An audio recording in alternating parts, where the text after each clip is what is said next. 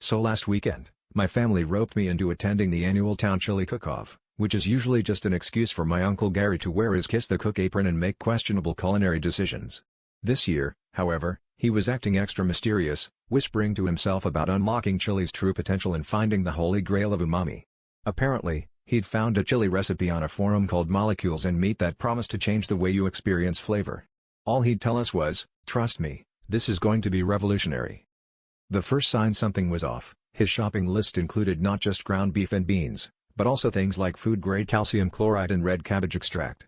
When I asked him why there was a graduated cylinder next to the cumin, he just grinned and said, "Precision is the spice of life." While most contestants were simmering their chili in slow cookers, Uncle Gary was hunched over a portable camping stove, wearing safety goggles and stirring his concoction with a thermometer sticking out the side. The air around his table smelled less like chili and more like a high school science lab after finals. Right before judging, his chili started bubbling in a way I'm pretty sure was not FDA approved.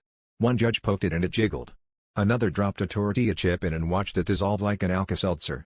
By the time the third judge leaned in, the chili had separated into 3 distinct layers, each a completely unnatural color.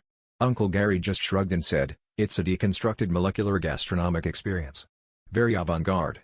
The judges, perhaps fearing for their safety, gave him an award anyway, though they made it clear it was for creativity and not edibility. So now there's a new trophy on Uncle Gary's mantle that reads, in hastily taped-over letters, "Best Unintentional Science Project." He's pretty proud, but I don't think he's noticed the fine print underneath. Warning, do not attempt to taste the experiment. Results may vary. Side effects include instant regret and a sudden interest in fire extinguishers.